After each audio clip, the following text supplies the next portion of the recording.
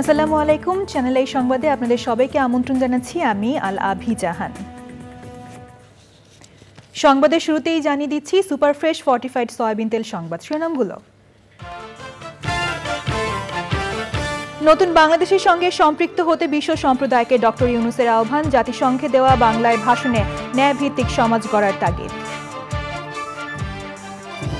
চলমান অসহিংসতা ও বিদ্বেষী আচরণের বিষয়ে সরকারের নীতি স্পষ্ট করার আহ্বান, উপদেষ্টা পরিষদের কাছে বিশ্ববিদ্যালয় শিক্ষক নেটওয়ার্কের খোলা চিঠি। প্রতিবেশী সহ সব দেশের সাথে সমতার ভিত্তিতে সম্পর্ক চায় জামাতে ইসলামী, বিভক্তি নয় ঐক্যই জাতির সৌন্দর্য মন্তব্য। 11ই অক্টোবর মুক্তি পাচ্ছে ইমপ্রেস টেলিফিল্ম ও পহরডাঙ্গা পিকচার্সের সিনেমা শরতের জবা, পরিচালক হিসেবে কুসুম শিকদারের আত্মপ্রকাশ। সবুজে সাজাই বাংলাদেশ স্লোগানে যশোরে প্রকৃতি ও জীবন ক্লাবের বৃক্ষরোপণ কর্মসূচি, ফলদ বনজ ও ঔষধি গাছের চারা বিতরণ। এবং কানপুর টেস্টের দ্বিতীয় দিনে টানা বৃষ্টিতে মাঠে গড়ায়নি বাংলাদেশ ভারতের খেলা, স্টেডিয়াম ছেড়ে হোটেলে ফিরে গেছে দুই দল।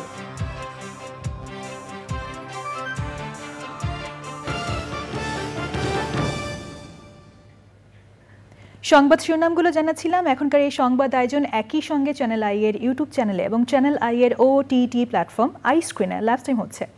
এবারে বিস্তারিত সংবাদ। যে আকাঙ্ক্ষা নিয়ে ছাত্র জনতা বাংলাদেশে অভ্যুত্থান ঘটিয়েছে তাকে বাস্তবে রূপ দিতে বিশ্ব সম্প্রদায়কে নতুন বাংলাদেশের সঙ্গে সম্পৃক্ত হওয়ার আহ্বান জানিয়েছেন অন্তর্বর্তী সরকারের প্রধান উপদেষ্টা প্রফেসর মোহাম্মদ ইউনূস।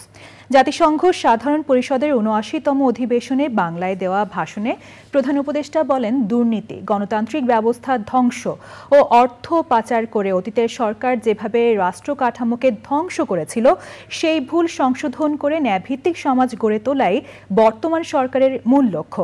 রোহিঙ্গা সংকট সমাধানে আন্তর্জাতিক সম্প্রদায় সহযোগিতা করবে বলে প্রত্যাশা করেন ডক্টর ইউনূস। যুক্তরাষ্ট্র প্রতিনিধি রাশেদ আহমেদকে সাথে নিয়ে নিউ ইয়র্ক থেকে চকর মালিথার রিপোর্ট। ছাত্র গণ অভ্যুত্থানের মধ্য দিয়ে অন্তর্বর্তী সরকারের প্রধান হিসেবে দায়িত্ব নেওয়ার পর জাতিসংঘ সাধারণ পরিষদের ৭৯তম অধিবেশনে শান্তিতে নোবেল বিজয়ী অর্থনীতিবিদ প্রফেসর মোহাম্মদ ইউনূসের প্রথম ভাষণ। বাংলায় দেয়া প্রায় ২০ মিনিটের ভাষণে প্রথমেই প্রফেসর ইউনূস গণ অভ্যুত্থানের ছাত্র জনতার আত্মত্যাগের কথা স্মরণ করেন, যে যুগান্তকারী পরিবর্তনের কারণে জাতিসংঘের এমন মঞ্চে বিশ্ব সম্প্রদায়ের সামনে উপস্থিত হতে পেরেছেন। তার এ যাত্রায় বিশ্ব সম্প্রদায়কে সাথে চান ডক্টর ইউনূস। আমাদের মুক্তি ও গণতান্ত্রিক আকাঙ্ক্ষাকে বাস্তবে রূপ দিতে আমি তাই আজ বিশ্ব সম্প্রদায়কে আমাদের নতুন বাংলাদেশের সঙ্গে সম্পৃক্ত হওয়ার উদাত্ত আহ্বান জানাচ্ছি। গণতন্ত্র, আইনের শাসন, সমতা, সমৃদ্ধি অর্জনের মাধ্যমে একটি ন্যায়ভিত্তিক সমাজ হিসেবে আত্মপ্রকাশের অভিপ্রায় বাস্তবায়নে আমি বাংলাদেশের প্রতি আন্তর্জাতিক সম্প্রদায়ের সমর্থন ও গভীরতর সম্পর্ক গঠন করার জন্য আহ্বান জানাচ্ছি। আগের সরকারের অনিয়ম দুর্নীতির কথা উল্লেখ করে বিশ্ববাসীকে প্রধান উপদেষ্টা জানান, তিনি এমন সমাজ গড়তে চান যেখানে বাক স্বাধীনতা থাকবে ভোটাধিকার, থাকবে না ভয়ের রাজনীতি।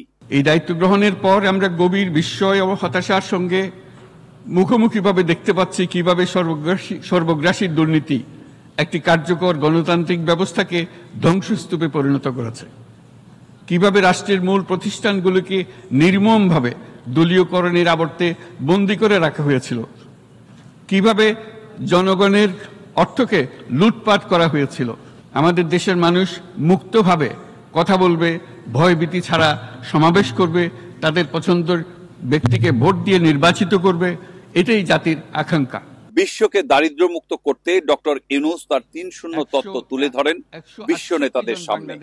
চাকরি প্রার্থী না হয়ে উদ্যোক্তা হতে বলেন। শূন্য দারিদ্র, শূন্য বেকারত্ব এবং শূন্য নেট কার্বন নিঃসরণ অর্জন করতে পারি, যেখানে পৃথিবীর প্রতিটি তরুণ তরুণী চাকরি প্রার্থী না হয়ে বরং উদ্যোক্তা হিসেবে নিজেকে প্রতিষ্ঠিত করার সুযোগ পাবে। তারা যেন এই সম্পদের সীমাবদ্ধতা সত্ত্বেও নিজ নিজ সৃজনশীলতার বিকাশ করতে পারে, যেখানে একটি ব্যবসায়িক উদ্যোগ সামাজিক সুফল, অর্থনৈতিক মুনাফা এবং প্রকৃতির প্রতি দায়িত্বশীলতার মধ্যে একটি চমৎকার ভারসাম্য আনতে পারে।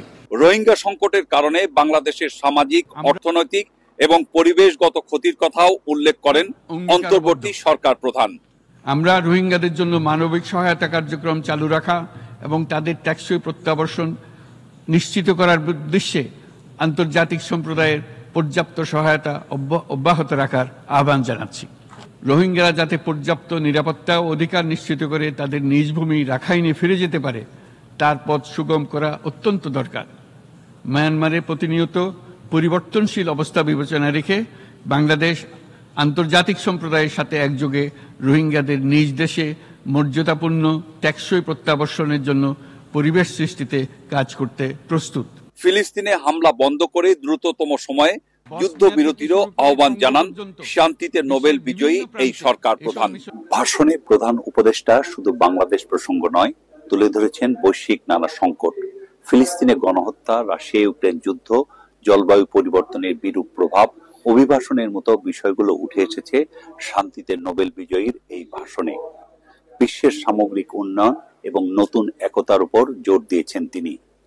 চকর মালিথা, চ্যানেল আই, জাতিসংঘ সদর দপ্তর, নিউ ইয়র্ক। দেশ জুড়ে অসহিংসতা, ঘৃণা ও বিদ্বেষী আচরণ চলছে উল্লেখ করে এ বিষয়ে সরকারের নীতি স্পষ্ট করতে প্রধান উপদেষ্টা পরিষদ বরাবর খোলা চিঠি দিয়েছে বিশ্ববিদ্যালয় শিক্ষক নেটওয়ার্ক। গণমাধ্যমের সামনে শিক্ষক নেটওয়ার্কের পক্ষ থেকে চিঠি উপস্থাপন করে ঢাকা বিশ্ববিদ্যালয়ের গণযোগাযোগ ও সাংবাদিকতা বিভাগের শিক্ষক অধ্যাপক গীতি আর নাসরিন বলেছেন, গণ অভ্যুত্থানের পরপরই বিভিন্ন গোষ্ঠী দেশের বিভিন্ন জাতি, ধর্মীয় প্রতিষ্ঠান ও মতের ওপর হামলা চালিয়েছে। রাস্তা ও পর্যটন কেন্দ্রে নারীদের হেনস্থা করা হয়েছে। শিক্ষা প্রতিষ্ঠান ও বিভিন্ন স্থানে যে সহিংসতা হয়েছে তা চলতে থাকলে জুলাই গণ অভ্যুত্থানের আকাঙ্ক্ষা কিভাবে বাস্তবায়ন হবে সেই প্রশ্ন রেখেছে বিশ্ববিদ্যালয় শিক্ষক নেটওয়ার্ক। এ বিষয়ে অন্তর্বর্তী সরকারের অবস্থান স্পষ্ট করার আহ্বান জানিয়েছে বিশ্ববিদ্যালয় শিক্ষক নেটওয়ার্ক।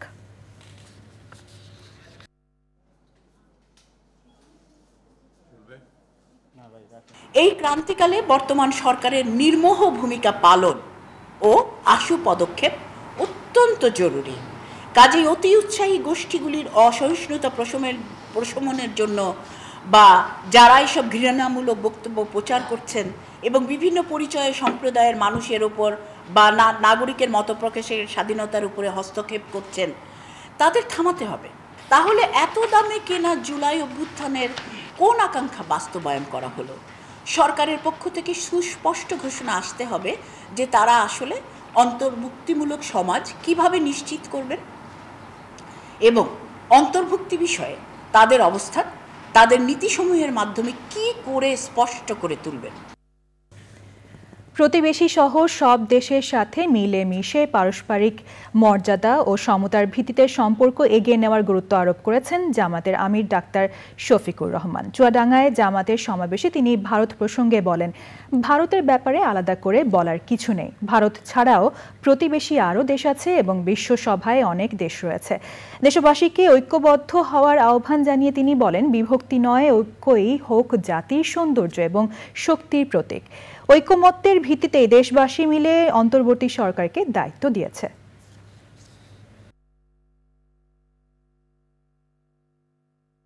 আসুন আমরা একটা ঐক্যবদ্ধ সমাজ গড়ে তোলার চেষ্টা করি।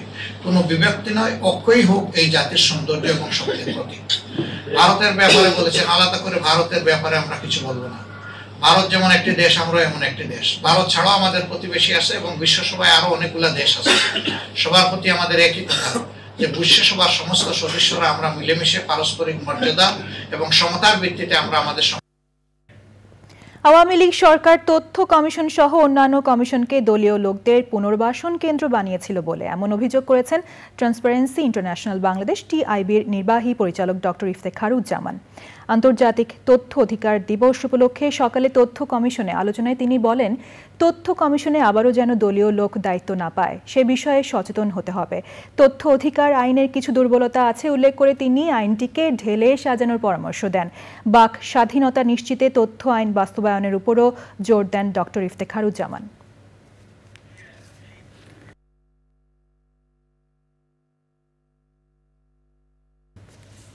কক্সবাজারের চকরিয়ায় সেনা কর্মকর্তা লেফটেন্যান্ট তানজিম সরোয়ারকে ছুরিকাঘাতকারী নাসির ও তার সহযোগী এনামকে 2টি দেশীয় বন্দুকসহ গ্রেপ্তার করেছে যৌথ বাহিনী।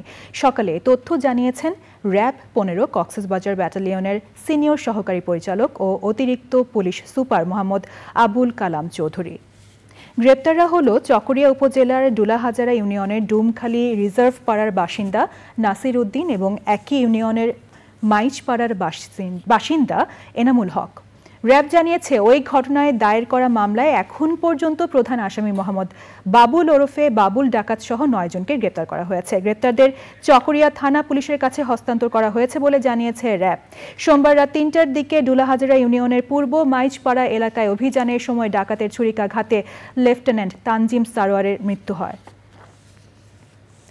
বাসযোগ্য রাজধানী বিনির্মাণে দখল ও ভরাট হয়ে যাওয়া খালগুলো উদ্ধার করে ব্লু নেটওয়ার্কের আওতায় নিয়ে আসা হবে বলে জানিয়েছেন পরিবেশ ও পানি সম্পদ মন্ত্রণালয়ের উপদেষ্টা সৈয়দা রিজওয়ানা হাসান। রাজধানীর আগারগাঁওয়ে মতবিনিময় কর্মশালায় এই কথা বলেন তিনি। আয়োজনে বক্তারা সংকট সমাধানে সংশ্লিষ্ট সব পক্ষের ঐক্যবদ্ধ পরিকল্পনা ও কার্যকর উদ্যোগে জোর দেন। আয়োজনে উঠে আসে গত 100 বছরে ঢাকা শহরের নগর প্রতিবেশ, ভূমি ব্যবহার এবং জীববৈচিত্র্যের স্থানিক ও সময়ক্রমিক পরিবর্তন এবং কৌশলগত কর্মপরিকল্পনার নানান দিক। বক্তারা বাস্তুতন্ত্র রক্ষা ও টেকসই উন্নয়ন নিশ্চিতে পরিবেশ বান্ধব প্রযুক্তিতে গুরুত্ব আরোপ করেন। 53 বছরে যেটাকে আমরা পরিকল্পিত উপায়ে অপরিকল্পিত উপায়ে আইনের প্রয়োগ না করে একেবারে অবসবাসযোগ্য করে দিয়েছি, সেটাকে বাসযোগ্য করাটা সহজ বা এই 1, 2, 3, 4 বছরের 5 বছরের সম্ভব তা কিন্তু আমি কোনোভাবেই মনে করছি না। কাজে কিছু কাজ আশু করাটা জরুরি। কি করে একটা ব্লু নেটওয়ার্কের প্ল্যান আমরা করে ফেলতে পারি সেটা আমাদের দ্রুততম সময়ের মধ্যে করার দরকার। 11ই অক্টোবর প্রেক্ষাগৃহে মুক্তি পেতে যাচ্ছে ইমপ্রেস টেলিফিল্ম ও পহরডাঙ্গা পিকচার্সের যৌথ প্রযোজনায় কুসুম শিকদার পরিচালিত চলচ্চিত্র শরতের জবা। চ্যানেল আই কার্যালয়ের সংবাদ সম্মেলনে সিনেমাটি ঘিরে অভিজ্ঞতা তুলে ধরেন কলাকুশলীরা। সুলতানা হিমুর রিপোর্ট।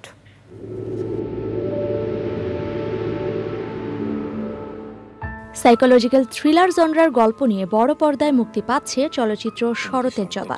এই সিনেমার মধ্য দিয়ে পরিচালক হিসেবে অভিষেক হচ্ছে অভিনেত্রী কুসুম শিকদারের। নিজে লেখা বই অজাগতিক ছায়ায় শরতের জবার গল্প অবলম্বনে সিনেমাটি নির্মাণ করেছেন কুসুম শিকদার। কুসুম শিকদার ছাড়াও চলচ্চিত্রে অভিনয় করেছেন হালের জনপ্রিয় অভিনেতা ইয়াশ রোহান, জিতু আহসান, নরেশ ভূঁইয়া, নিদ্রা নেহা সহ অনেকে। সংবাদ সম্মেলনে সিনেমাটি ঘিরে প্রত্যাশার কথা জানান কলাকুশলীরা। পরিচালনা প্রযোজনা অনেক বড় ব্যাপ্তির একটা কাজ, অনেক গভীর, অনেক দায়িত্বের এবং অবশ্যই অনেক পরিশ্রমের। এখানে পুরো ইউনিট, পুরো টিমের সাথে একটা ইউনিটি থাকতে হয়, সম্পর্ক থাকতে হয় এবং একসাথে সবকিছু করতে হয়। দিদি বলল তোর এক্সপ্রেশন এত ভালো, বা এটা দেখে বোঝা যাচ্ছে না যে এটা তোমার প্রথম কাজ। সো দিদির ওই কথাটার জন্য আমি যে ইন্সপায়ারেশনটা পেয়েছি ওটা দিয়েই আসলে পুরো সিনেমাটাতে কাজ করতে পেরেছি। আশা করি সবার ভালো লাগবে। আইয়ের কন্যা সন্তান হিসেবে কুসুম চ্যানেলের ঘরের মেয়ে, যে কুসুম ছটফটে এটাই তার বৈশিষ্ট্য এবং নানামুখী কাজ করে কুসুম বারবার আমাদেরকে চমকে দেবে। ইমপ্রেস টেলিফিল্ম ও পহরডাঙ্গা পিকচার্সের যৌথ প্রযোজনায় শরতের জবা প্রেক্ষাগৃহে মুক্তি পাচ্ছে 11ই অক্টোবর। সিনেমাটির streaming partner I screen. Sultana Himu, channel I, Dhaka. জলবায়ুর বিরূপ প্রভাব মোকাবেলায় সবুজে সাজাই বাংলাদেশ স্লোগানে যশোরে বৃক্ষরোপণ করেছে প্রকৃতি ও জীবন ক্লাব। সদর উপজেলার চাঁচড়া মাধ্যমিক বিদ্যালয়ে শিক্ষার্থীদের ফলদ বনজ ঔষধি গাছের চারা দেওয়া হয়। পুরো দেশকে সবুজ বেষ্টনীতে ঘিরতে প্রকৃতি ও জীবন ক্লাবের এমন উদ্যোগের প্রশংসা করেন সুধীজনরা। আকরামুজ্জামানের রিপোর্ট। যশোরে প্রতিনিয়তই কমছে গাছের সংখ্যা, এতে চরম ভাবাপন্ন হয়ে উঠছে প্রকৃতি। সুস্থ, সুন্দর ও নির্মল সবুজ প্রকৃতি গড়তে সারা দেশের মতো যশোরেও ব্যাপক হারে বৃক্ষরোপণ করছে প্রকৃতি ও জীবন ক্লাব। প্রকৃতি জীবন ক্লাব যশোরে বৃক্ষরোপণ কর্মসূচি পালন করেছে।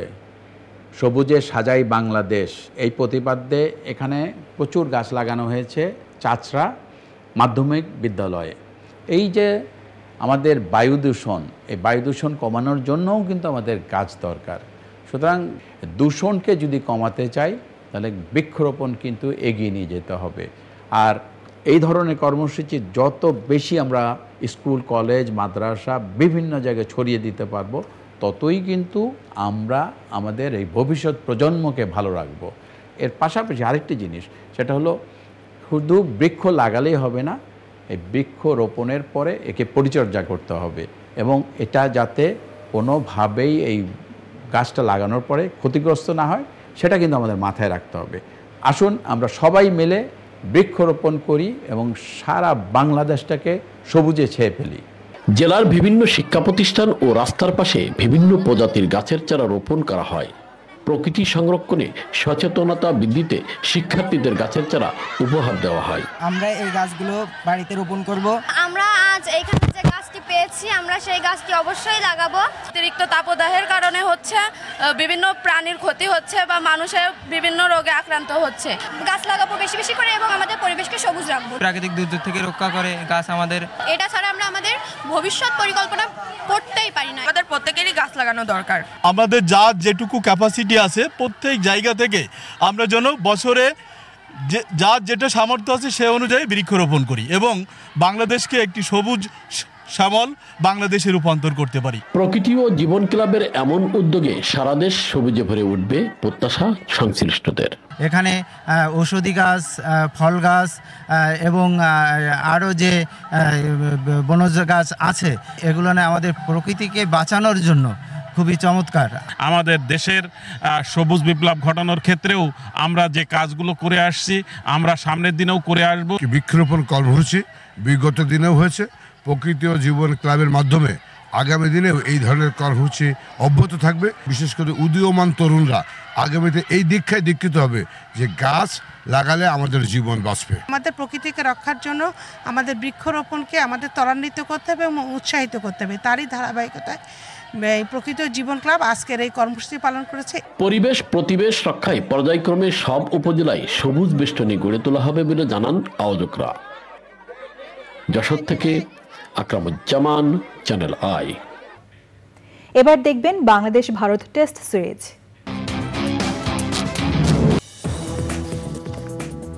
বিরতির পর আবারও আমন্ত্রণ জানাচ্ছি। জেনারেল ফার্মাসিউটিক্যালস লিমিটেডের চেয়ারম্যান ডাক্তার মোমিনুল হক মারা গেছেন। ইন্না লিল্লাহি ওয়া ইন্না ইলাইহি রাজিউন। তার বয়স হয়েছিল 69 বছর। তিনি স্ত্রী, 3 ছেলে সহ অসংখ্য গুণগ্রাহী রেখে গেছেন। তার নামাজে জানাজা বাদ জোহর রাজধানীর গুলশান আজাদ মসজিদে অনুষ্ঠিত হয়।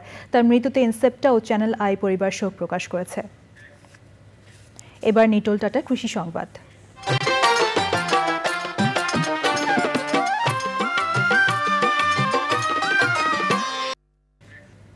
টাঙ্গাইলের মধুপুরে পেঁপের আবাদ করে ব্যাপক সাফল্য পেয়েছেন মোজাম্মেল হোসেন নামের এক যুবক। তার বাগান দেখতে প্রতিদিনই বিভিন্ন এলাকা থেকে লোকজন আসছে। অনেকে মুগ্ধ হচ্ছেন তার এই সাফল্য দেখে। নিজেরাও স্বপ্ন দেখছেন পেঁপের বাগান করে ভাগ্য পরিবর্তনের। এখন দেখবেন প্রকৃতি সংবাদ।